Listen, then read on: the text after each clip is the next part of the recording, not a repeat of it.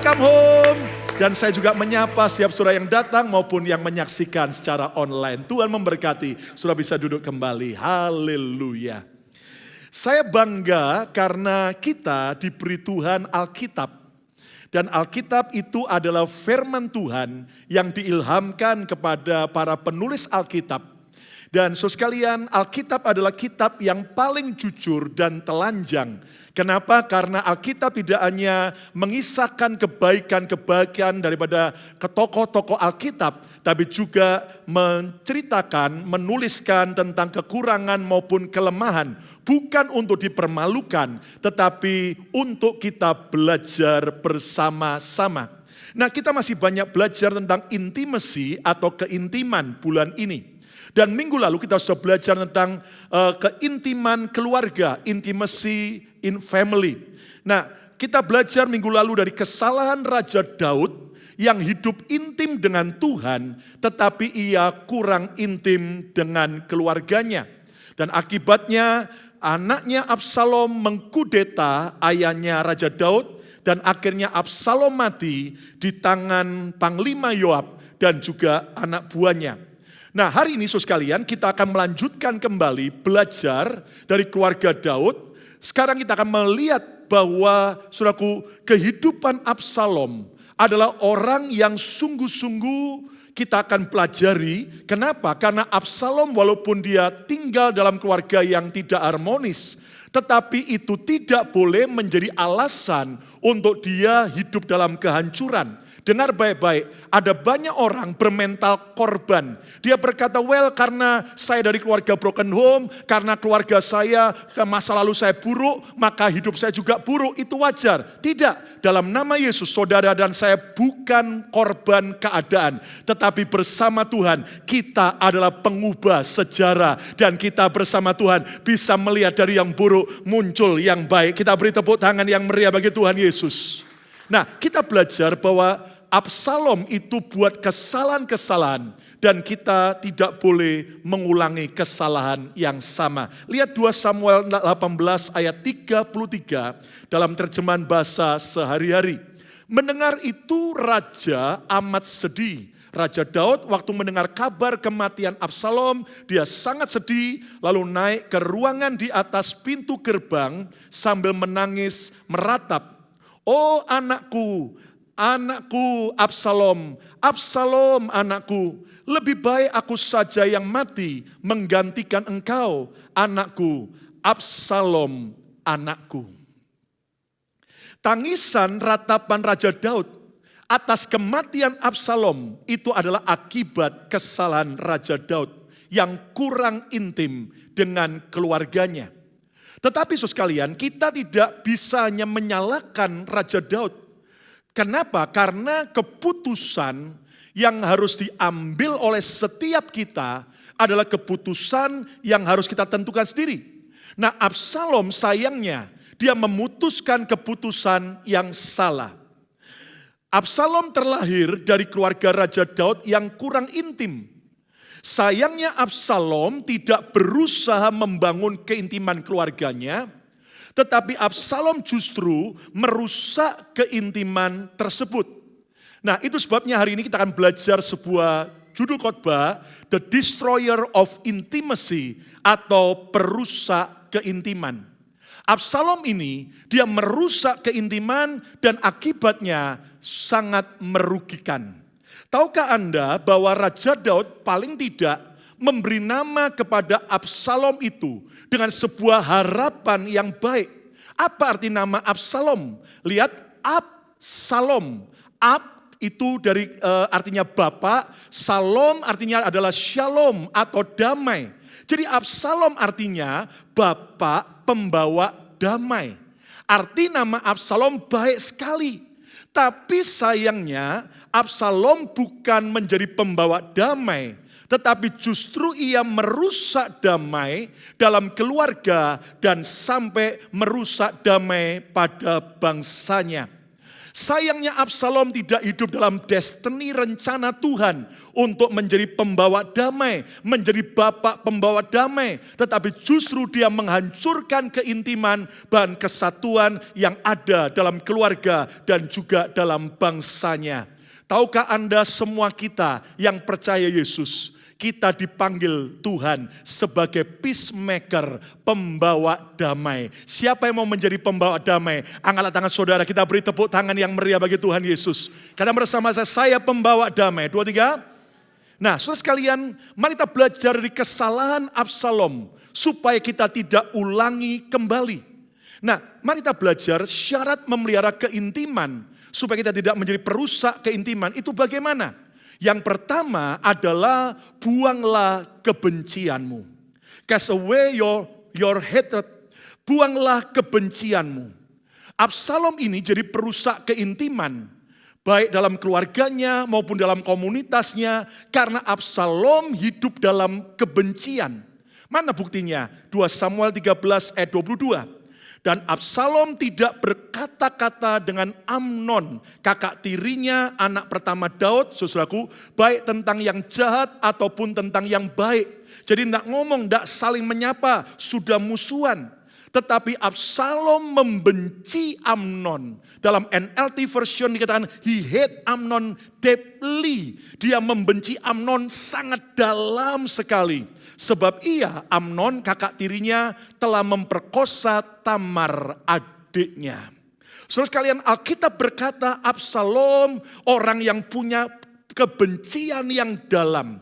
Dan kebencian yang dalam kalau dibiarkan, apa yang terjadi? Langsung lihat dalam 2 Samuel 13 ayat 28. Lalu Absalom memerintahkan orang-orangnya, anak buahnya dalam pesta pengguntingan bulu domba. Demikian. Perhatikan apabila hati Amnon menjadi gembira karena anggur.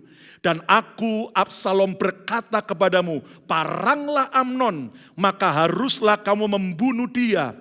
Jangan takut, bukankah aku yang memerintahkannya kepadamu? Kuatkan hatimu dan tunjukkan dirimu sebagai orang yang gagah perkasa. Lihat bagaimana akhirnya kebencian yang dalam daripada Absalom terhadap Amnon membuahkan pembunuhan yang sangat sadis. Saudara sekalian, kalau saudara mau jadi pembangun keintiman, tidak menjadi perusak keintiman, buanglah kebencianmu. Kata bersama saya mau buang kebencian saya. 2, 3. Saudaraku, dunia sedang sakit, dunia sedang bermasalah. Di mana-mana orang tambah jahat, di mana-mana ada orang bisa melukai dan dilukai. Lihat dalam keluarga kita bisa dilukai, disakiti, dalam komunitas, dalam pekerjaan, dalam pelayanan, dalam kehidupan sehari-hari. Kita bisa dilukai, kita bisa disakiti. Tapi keputusan kita sendiri, apakah kita terus hidup dalam kebencian, kepahitan, ataukah kita mau membuang kebencian kita. Kalau saudara mau jadi saudaraku pembangun keintiman, buanglah kebencianmu. Tahukah Anda bahwa kebencian akan membuat kawan menjadi lawan. Bahkan kebencian akan mengubah keintiman menjadi permusuhan. Tahukah Anda bahwa kebencian dan dendam akan merugikan, menimbulkan kerusakan di mana-mana, terutama justru kepada si pembenci tersebut. Lihat bagaimana orang sakit gondok, sakit kanker, dan yang lain-lain itu ternyata sebagian besar penyebabnya karena ada masalah psikis di mana orang itu menyimpan benci maupun dendam. Dan hari ini saudaraku, kalau saudara terus hidup dalam kebencian, maka kita sendiri yang akan dirugikan. Buang kebencianmu, biarlah kita tidak lagi hidup dalam kebencian, tapi hidup dalam kasih dan pengampunan. Yang setuju beri tepuk tangan yang meriah, katakan amin. Waktu kita melepaskan pengampunan, waktu kita membuang kebencian, kita sedang memerdekakan seseorang. Itulah diri kita sendiri. Saya sudah dengar banyak pengalaman, saya juga mengalami pada saat kita melepaskan kebencian, membuang kebencian, maka ada beban berat, ada sebuah penjara yang lepas dari hidup setiap kita. Nah, buang kebencianmu, caranya bagaimana? Jangan pelihara sakit hati. Saudara sekalian, Sakit hati itu nggak boleh dipelihara. Katakan amin. Kalau Anda mau pelihara, peliharalah kasih dan kebaikan. Katakan yes. Saudara, kita saja minimal seminggu sekali di kota ini kita buang sampah di depan rumah, lalu kemudian ada petugas yang mengambil sampah-sampah tersebut. Nah, saudara sekalian, kalau kita saja ngerti sampah yang tidak berguna, yang kotor, yang bau harus dibuang, apalagi kebencian, apalagi kekecewaan, jangan pelihara sakit hati. Lebih baik di awal begitu muncul, langsung cabut dan bereskan daripada Anda biarkan sekian lama. Lebih mudah mencabut rumput atau tanaman yang masih tunas daripada Anda biarkan dan mulai berakar kuat bahkan jadi sebuah pohon yang besar. Hari ini jangan pelihara sakit hati. Berikutnya jangan balas dendam. Saudara sekalian, Absalom akhirnya dia membalas dendam dengan kejahatan. Tahukah Anda, berbuat baik terhadap orang yang baik adalah prinsip dunia. Lu baik, saya baik. Tetapi saudara sekalian, berbuat jahat terhadap orang yang baik adalah sifat iblis. Tetapi berbuat baik terhadap orang yang jahat itu adalah sifat kerajaan surga. Yang mau jadi anak-anak kerajaan surga, beri tepuk tangan yang meriah bagi Tuhan. Mintalah pertolongan Tuhan untuk memampukan kita mengampuni. Memang tidak mudah mengampuni. Apalagi kita berkali-kali disakiti, dilukai. Tetapi saudara sekalian, walaupun tidak mudah, tapi bersama Tuhan kita pasti bisa. Katakan yes. Saudara sekalian, mungkin ada berkata, tapi Pastor Lukas, dia sudah sering kali menyakiti saya, bagaimana saya bisa ngampuni? Memang dengan kekuatan kita nggak bisa, mintalah kekuatan Tuhan. Dan ingat, teladan Yesus di atas kayu salib. Dia berkata dalam doanya, ya Bapa, ampunilah mereka, sebab mereka tidak tahu apa yang mereka perbuat. Ayo ucapkan doa Yesus ini sama-sama. Ya Bapa, ampunilah mereka, sebab mereka tidak tahu apa yang mereka perbuat. 2, 3. Ya Bapa, ampunilah mereka, sebab mereka tidak tahu apa yang mereka perbuat. Lihat bagaimana cara sederhana untuk kita bisa ngampuni. Saudaraku, Yesus memberi teladan, dia teriak, ya Bapa. Ucapkan bersama saya, ya Bapa. Itu artinya kita menyerukan, mencari Tuhan. Dan ingat Tuhan adalah sumber kasih. Dia pabrik kasih. Dan percayalah dengan pertolongan Tuhan kita bisa ngampuni. Katakan amin. Ya Bapa, ampunilah mereka. Lihat, pengampunan bukan pakai perasaan. Tapi keputusan, sejahat apapun. Dia nyadari kesalahannya atau tidak. Atau tambah jahat, lebih gila. Enggak peduli, pokoknya aku ampuni. Inilah keputusan kita. Bahkan dikatakan ampunilah mereka sebab mereka tidak tahu apa yang mereka perbuat. Kita mulai memahami, punya roh pengertian. Oh, dia itu perkataannya nyakitin. Kenapa? Karena dia sendiri juga adalah orang yang terluka. Orang yang sakit cenderung menyakiti orang lain. Makanya aku gak mau jadi orang terluka. Karena aku gak mau juga jadi orang yang sakit. Nah, dengan pemahaman itu, dengan pengertian, mereka gak tahu apa yang mereka perbuat. Yang jahat bukan orangnya, setan yang di dalamnya yang jahat. Maka saudara akan bisa mengampuni. Tepuk tangan yang meriah untuk kemuliaan Tuhan. Kata bersama saya, buang kebencian. 2, 3. Syarat memelihara keintiman yang kedua, baik dalam keluarga, dalam komunitas, dalam gereja maupun dalam masyarakat. Hancurkan sifat egoisme. Destroy your own selfishness. Hancurkan sifat egoisme. Absalom bukan hanya hidup dalam kebencian, tapi Absalom jadi perusak keintiman sebab ia hidup sangat egois. Mana buktinya? Saudara sekalian, ketika Absalom akhirnya setelah membunuh Amnon, lalu dia lari kepada kakeknya, raja di Geshur. Dan raja di Geshur adalah raja di Kanaan. 3 tahun Absalom di sana melarikan diri dari bapaknya. Sampai akhirnya Yoab minta kepada Daud supaya Absalom bisa pulang. Tapi Daud berkata, oke, dia boleh pulang, tapi jangan menghadap wajahku. Tidak boleh ketemu. Jadi Absalom di rumahnya sampai sekian tahun. Lihat 2 Samuel 14 ayat 29 sampai 30. Maka Absalom menyuruh memanggil Yoab. Absalom yang tidak boleh menghadap raja, manggil Panglima Yoab untuk diutus kepada raja. Tetapi ia tidak mau datang kepadanya. Yoab menolak ketemu Absalom. Kemudian disuruhnya memanggil dia lagi untuk kedua kalinya. Tetapi Yoab tidak mau datang. Lihat ayat 30. Lalu berkatalah ia Absalom kepada hamba-hambanya, lihat ladang Yoab, ya, ladang Yoab ada di sisi ladangku dan di sana ada jelainya.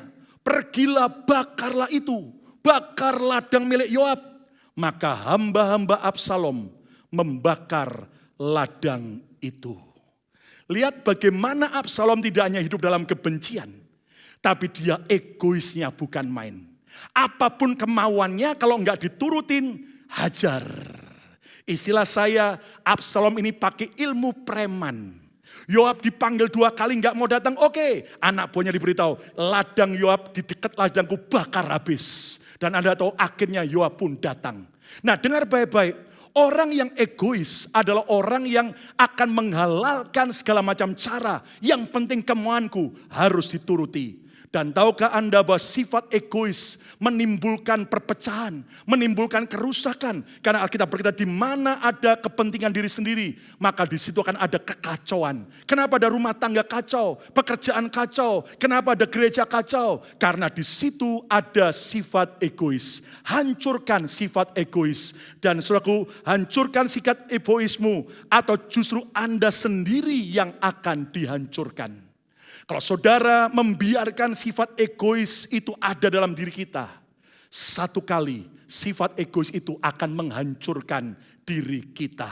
Lihat bahkan Absalom bukan hanya nanti dihancurkan karena sifat egoisnya, tapi Absalom juga sampai mengerti supaya aku bisa jadi raja menggantikan ayahku. Aku harus punya cara tersendiri. Caranya apa? Aku tahu kekurangan ayahku Daud.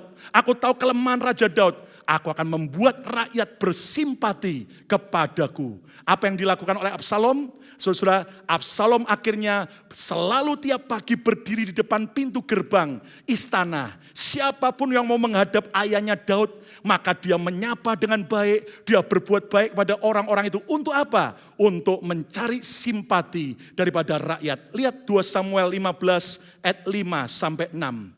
Apabila seorang datang mendekat untuk sujud menyembah kepadanya, kepada Absalom di pintu gerbang istana, maka diulurkannya tangannya, dipegangnya orang itu dan diciumnya. Saudaraku, bukan cuman berbuat baik, malah dipegang, dipeluk, dicium. Wow, ini Absalom baik banget, ini Absalom familiar sekali, Absalom perhatian. Lihat ayat yang ke-6. Cara yang demikian diperbuat Absalom kepada semua orang Israel yang mau masuk menghadap untuk diadili perkaranya oleh raja. Saudaraku, dan dengan demikianlah Absalom mencuri hati orang-orang Israel. Karena egois Absalom ingin berkuasa, Absalom dengan berbagai macam cara mau memikat hati rakyat, mencuri hati rakyat supaya dapat simpati dan dapat dukungan rakyat. Nah, dengar baik-baik. Saudara sekalian, hancurkan sifat egoismu. Kenapa? Karena inilah problem kita. Tahukah Anda bahwa musuh terbesar kita bukan setan. Musuh terbesar kita adalah ego kita. Hawa nafsu kita. Inilah yang harus kita hancurkan. Kita harus salibkan bersama Yesus setiap hari. Yang setuju katakan amin. Caranya bagaimana? Belajarlah peduli orang lain. Saudara sekalian, orang yang egois, dia tidak akan pernah bisa menikmati sebuah pesan yang Yesus katakan. Lebih berbahagia memberi daripada menerima. Nah, bagi orang yang egois, itu enggak masuk akal. Itu enggak mau dituruti. Kenapa? Enak aja. Lebih berbahagia menerima dong daripada memberi. Tapi kalau saudara mau betul-betul hancurkan sifat egois, belajar peduli orang lain. Amsal 11 berkata demikian, siapa memberi minum, ia akan diberi minum. Alias siapa memberi banyak berkat, dia sendiri juga akan diberkati. Yang percaya beri tepuk tangan yang meriah untuk kemuliaan Tuhan. Amin. Jangan halalkan segala cara untuk mendapat keinginanmu. Kalau orang sudah egois, cara apapun akan ditempuh, yang penting apa yang aku mau dapat. Dan lihat contoh-contoh di Alkitab. Orang-orang yang egois yang akhirnya menghalalkan segala macam cara. Memang di awal sepertinya dapat. Tapi ujung-ujungnya adalah kehancuran.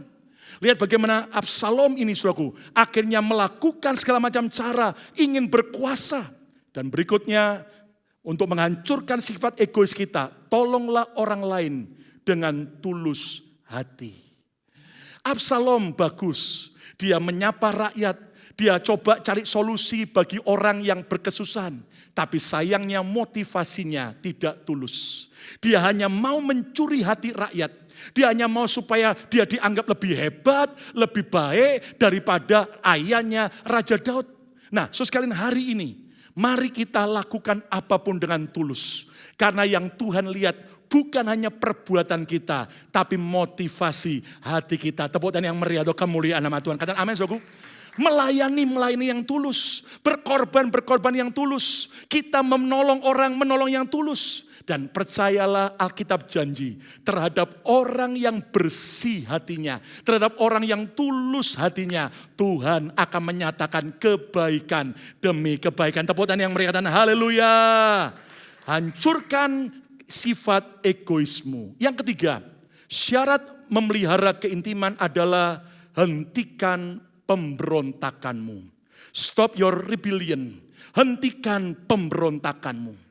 Absalom bukan hanya pembenci, pendendam. Absalom bukan hanya orang yang egois. Tapi yang ketiga, Absalom jadi perusak keintiman sebab ia hidup dalam pemberontakan. Lihat apa yang terjadi. 2 Samuel 15 ayat 10-12. Dalam pada waktu itu, Absalom telah mengirim utusan-utusan rahasia. Ada agenda pribadi kepada segenap suku Israel. Dengan pesan, segera sesudah kamu mendengar bunyi sangkakala, berserulah Absalom sudah menjadi raja di Hebron. Padahal bapaknya Daud masih jadi raja. Ayat 11, beserta Absalom turut pergi 200 orang dari Yerusalem. Orang-orang undangan yang turut pergi tanpa curiga dan tanpa mengetahui apapun tentang perkara itu. Ayat 12, ketika Absalom hendak mempersembahkan korban, disuruhnya datang Ahitofel orang Gilo itu, penasihat Daud dari Gilo, kotanya. Demikianlah persepakatan gelap itu menjadi kuat dan makin banyaklah rakyat yang memihak Absalom. Disinilah Absalom memberontak kepada ayahnya dan dia mengkudeta kedudukan ayahnya. Dia membuat dirinya sendiri untuk jadi raja. Dan Anda mengerti bahwa yang harus jadi raja adalah orang yang dipilih Tuhan, bukan orang yang mengangkat dirinya sendiri. Sekalian, tahukah Anda bahwa pemberontakan adalah ekspresi ketidakpuasan? Pemberontakan adalah ekspresi daripada ambisi dan ekspresi daripada kemarahan. Lihat berapa banyak hari-hari ini ada istri berontak tidak mau tunduk kepada otoritas suaminya. Berapa banyak anak-anak berontak tidak mau hormat dan tunduk kepada otoritas orang tuanya. Di pekerjaan, di pelayanan, di gereja, di komunitas. Kenapa banyak orang berontak? Karena sebetulnya mereka punya sebuah ketidakpuasan, ambisi dan kemarahan. Dan saya mempelajari begini, saudaraku. Pemberontakan pasti akan menghasilkan pemberontakan. Saya ulangi lagi statement ini. Pemberontakan pasti akan menghasilkan pemberontakan. Saudara sekalian, lihat bagaimana Absalom, lihat bagaimana orang-orang yang berontak akan melahirkan pemberontakan, melahirkan kehancuran. Dan kalau Anda mengerti, saudaraku, akibat pemberontakan Absalom, memang dia sempat berkuasa, tapi akibatnya kehancuran. Kalau Anda baca di Alkitab, akibat perang saudara yang terjadi antara pihak Absalom dan pihak Raja Daud, yang terjadi di hutan Efraim, menimbulkan korban 20.000 orang. Bayangkan, itu semua kalau 20.000 orang jadi jemaat BMC Philadelphia, kita sudah jadi gereja mega church. Dan Anda bisa bayangkan, itu semua adalah karena pemberontakan. Bahkan akhirnya Absalom mati terbunuh. Nah, bagaimana cara menghentikan pemberontakan? Belajar hormati otoritas. Walaupun tidak sempurna orang tua kita. Walaupun, saudaraku, mungkin pemimpin di perusahaan kita tidak sempurna. Walaupun mungkin pemerintah kita tidak sempurna. Tapi belajar hormati otoritas. Kenapa? Karena pada waktu kita belajar hormat pada otoritas, ibarat kita ada di bawah payung. Sehingga kita terlindungi dari hujan, daripada serangan. Tapi kalau kita merobek payung itu, kita keluar daripada payung itu, maka jelas kita akan mengalami kehancuran. Belajar hormati otoritas. Hari ini apapun kelemahan suami Anda, mari para istri dan anak-anak belajar untuk tetap doakan, tapi jangan lagi berontak, hormati otoritas. Tepuk tangan yang meriah, kemuliaan nama Tuhan. Amin. Lalu tekun melewati proses. Saudaraku, memang ada saatnya kita di kerjaan ditekan sama orang. Ada saatnya kita dalam pelayanan mungkin kita dikecewakan. Mungkin ada kesempatan di komunitas kita dijelek-jelekkan. Tapi mari jadikan itu sebagai sebuah proses pembentukan. Ingat bahwa tanpa saudaraku palu yang keras yang membanting berkali-kali, maka sebuah pisau yang tajam tidak akan dihasilkan. Nah, ketika keadaan menyakitkan, mari kita belajar tekun lewati proses. Dan berikutnya, sabarlah menanti promosi dan pembelaan Tuhan. Jangan kita yang mengangkat diri sendiri dengan ambisi dan pemberontakan kita. Tapi kita mau belajar untuk percaya kalau kita terus ada dalam kehendak Tuhan, percayalah satu hari akan ada promosi dan pembelaan daripada Tuhan. Tepuk tangan yang meriah, kemuliaan Tuhan. Amin. Lihat bagaimana Lucifer akhirnya dia berontak melawan Tuhan, menghasut sepertiga malaikat yang di sorga. Akibatnya dibuang oleh Tuhan ke bumi ini. Itulah malaikat-malaikat jatuh. Nah, saudara sekalian, hari ini percayalah, kalau saudara sedang ditekan dalam pekerjaan, tetaplah belajar hormati otoritas, belajar tekun lewati proses, belajar sabar akan promosi dan pembelaan Tuhan. Saya mendengar ada banyak kesaksian. Ada orang-orang yang ditekan oleh atasannya di perusahaan. Dia mau berontak, tapi dia belajar taat. Dia lakukan yang terbaik. Sudah percaya, yang bela itu bukan kita. Kita ini gak bisa bela Tuhan. Kita yang justru perlu pembelaan Tuhan. Katakan amin. Ada yang saksi ternyata tiba-tiba dia terus baik sama orang itu walaupun dijahati. Ternyata Tuhan ubah orang itu. Atau ada juga yang bersaksi, orang itu tiba-tiba dipecat dari kerjaannya. Dan orang ini akhirnya dipromosi oleh Tuhan. Kalau ada mertua Anda yang galak, jangan kemudian Anda mulai berontak pada mertua Anda. Tetap berbuat baik, percayalah Tuhan bisa ubah dengan berbagai macam cara. Tuhan bisa bela kita dengan berbagai macam cara. Katakan amin. Minimal orang mertua kita akan berubah. Atau yang kedua, mertua kita check out karena COVID-19. No, just joking. Mari kita belajar percaya bahwa promosi dan peninggian dari Tuhan, pembelaan dari Tuhan, itu sesuatu yang dahsyat. Tepuk tangan yang meriah, katakan amin. Yang keempat, yang terakhir, syarat memelihara keintiman, bijaksanalah saat menerima pengaruh. Be wise in accepting influence. Saudara, tiap hari kita akan ada pengaruh-pengaruh dalam hidup kita. Baik itu pengaruh yang baik maupun pengaruh yang buruk. Nah, pilihan ada di tangan kita. Setiap hari kita mendengar suara dan nasihat yang baik maupun yang jahat. Tergantung bagaimana saudara bijaksana atau tidak. Nah, Absalom ini jadi perusak keintiman. Sebab ia justru mengikuti dan terpengaruh dengan pengaruh yang buruk. Mana buktinya? Setelah Absalom mengkudeta bapaknya, Raja Daud lari dengan rombongannya. Lihat 2 Samuel 16 ayat 21 sampai 22. Lalu jawab Ahitofel. Siapakah Ahitofel? Salah seorang penasihat Raja Daud yang akhirnya memberontak atau mengkhianati Daud. Lalu jawab Ahitofel kepada Absalom.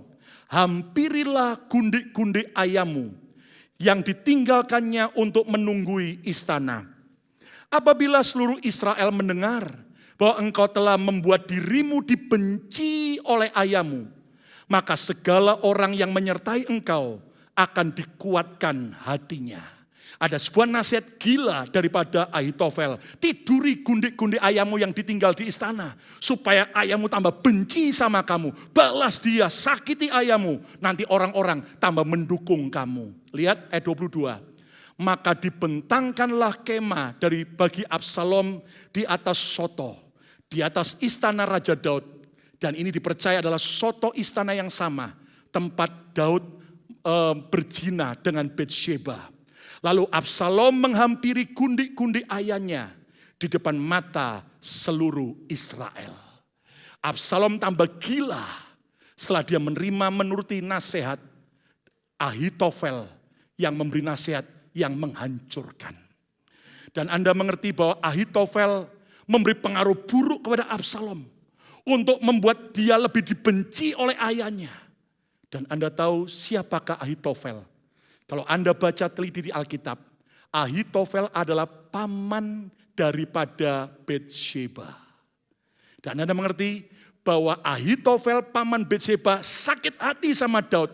Karena keponakannya Betsheba dengan Uria suaminya dihancurkan rumah tangganya. Bahkan Uria mati di medan perang karena ulah Daud. Dan Anda tahu saudaraku, di situ ada dendam Ahitofel.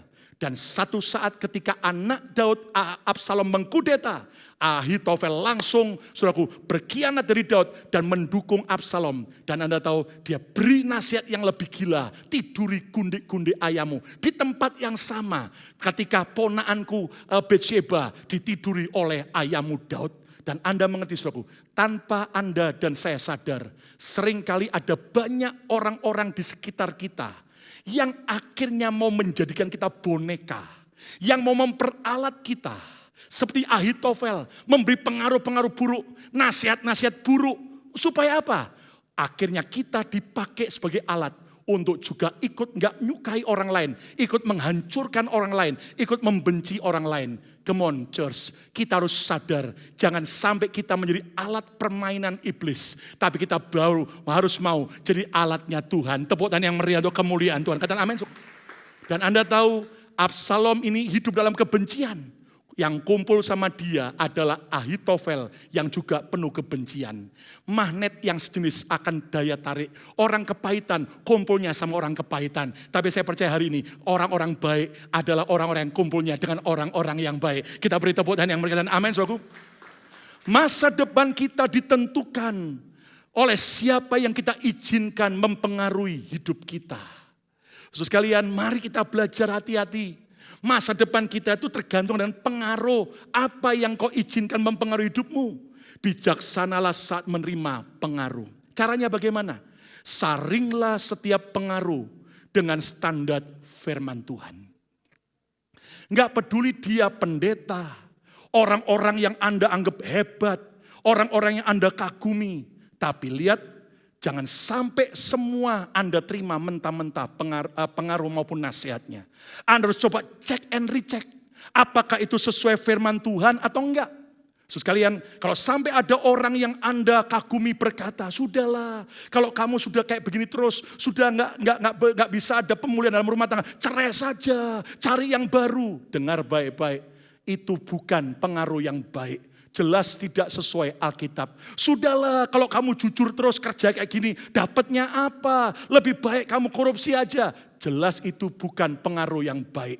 Saudaraku, saringlah setiap pengaruh dengan standar firman Tuhan. Kata bersama saya, firman Tuhan standarnya. 2, 3. Lalu tolak dengan tegas setiap pengaruh buruk. Saudara, dalam hidup ini, saudara harus berani berkata ya kepada kehendak Tuhan. Tapi harus tegas berkata tidak kepada apapun yang tidak sesuai kehendak Tuhan. Lihat bagaimana Yesus ditawarin oleh iblis, sembahlah aku, seluruh dunia aku beri padamu kekuasaan, kekayaannya. Tapi Yesus menolak dengan tegas. Nah, kita harus tolak dengan tegas setiap pengaruh yang buruk. Dari siapapun sahabat kita, orang-orang dekat dengan kita, yang kadang-kadang mulai memprovokasi. Kita nggak ada masalah apa-apa dengan si A. Tapi karena teman kita tuh nggak suka sama si A, maka kita diajarin, dikasih tahu yang begini. Supaya apa? Kita jadi bonekanya untuk ikut menyakiti si A.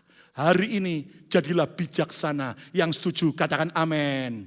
Hanya terima pengaruh yang menyenangkan hati Tuhan. Selalu cek, ini menyenangkan Tuhan atau tidak. Ini membuat nama Tuhan dipermuliakan atau tidak. Kata bersama saya bijaksana. Kata bersama saya bijaksana. Saudaraku, saudara semua di rumah Anda, bahkan di tempat pekerjaan saudara, saudara adalah wakil daripada Kristus. Saudara dan saya adalah wakil daripada gereja ini. Dan saya berdoa, dimanapun kita berada, baik di keluarga maupun di masyarakat, kalau ada pengaruh yang buruk, tolak dengan tegas. Tapi biar saudara juga memberi pengaruh-pengaruh yang baik. Jadilah pembawa damai. Jangan sampai justru kita memprovokasi dan menimbulkan kehancuran. Kenapa? Karena ketika kita menyenangkan hati Tuhan, maka percayalah semua pembelaan dan penyertaan Tuhan akan sempurna dalam diri kita. Tepuk tangan yang meriah untuk kemuliaan Tuhan. Amin. Kesimpulannya, jangan ulangi kesalahan Absalom yang berakibat fatal akibat ia merusak keintiman. Harusnya Absalom adalah bapak pembawa damai. Tapi sayangnya dia justru menjadi bukan peacemaker, tapi saudaraku, peace breaker, perusak damai. Bagaimana syarat memelihara keintiman? Ada 4 poin. Yang pertama, buanglah kebencianmu. Hari ini mintalah anugerah dan kemampuan Tuhan, supaya kita bisa mengampuni orang-orang yang pernah melukai kita. Yang kedua, hancurkan sifat egoisme. Jangan halalkan segala macam cara hanya untuk mau mengejar apa yang kita mau. Yang ketiga, hentikan pemberontakan. Belajar jangan memberontak kepada Tuhan. Jangan pernah berontak kepada otoritas dalam keluarga kita. Jangan pernah berontak kepada otoritas rohani kita. Karena Tuhan akan memberkati orang-orang yang taat. Dan yang keempat, bijaksanalah saat menerima pengaruh. Jangan Anda sembarangan terima pengaruh. Tapi bijaksana, bahkan kita harus memberi pengaruh yang baik. Membawa damai, membawa Kristus bagi dunia. Siapa mau menjadi pembangun keintiman? Siapa tidak mau jadi perusak keintiman? Ayo kita beri tepuk tangan yang meriah bagi Tuhan Yesus. Mari kita datang pada Tuhan, kita berdiri bersama-sama. Tuhan, ini hidup kami. Hari ini kami mau datang kepadamu. Kami mau bijaksana dalam menerima pengaruh. Dan kami mau bijaksana memberi pengaruh yang baik. Kami mau menghentikan pemberontakan kami. Kalau ada hati yang berontak selama ini, kami mau ubah. Kami mau jadi orang yang taat. Kami mau hancurkan sifat egois kami. Supaya kami tidak jadi orang yang egois lagi. Tapi jadi orang yang mau jadi berkat bagi banyak orang. Dan hari ini kami mau buang kebencian kami. Supaya benar-benar kami menjadi seperti Yesus. Siapa yang mau? Mari buka kedua tanganmu di hadapan Tuhan.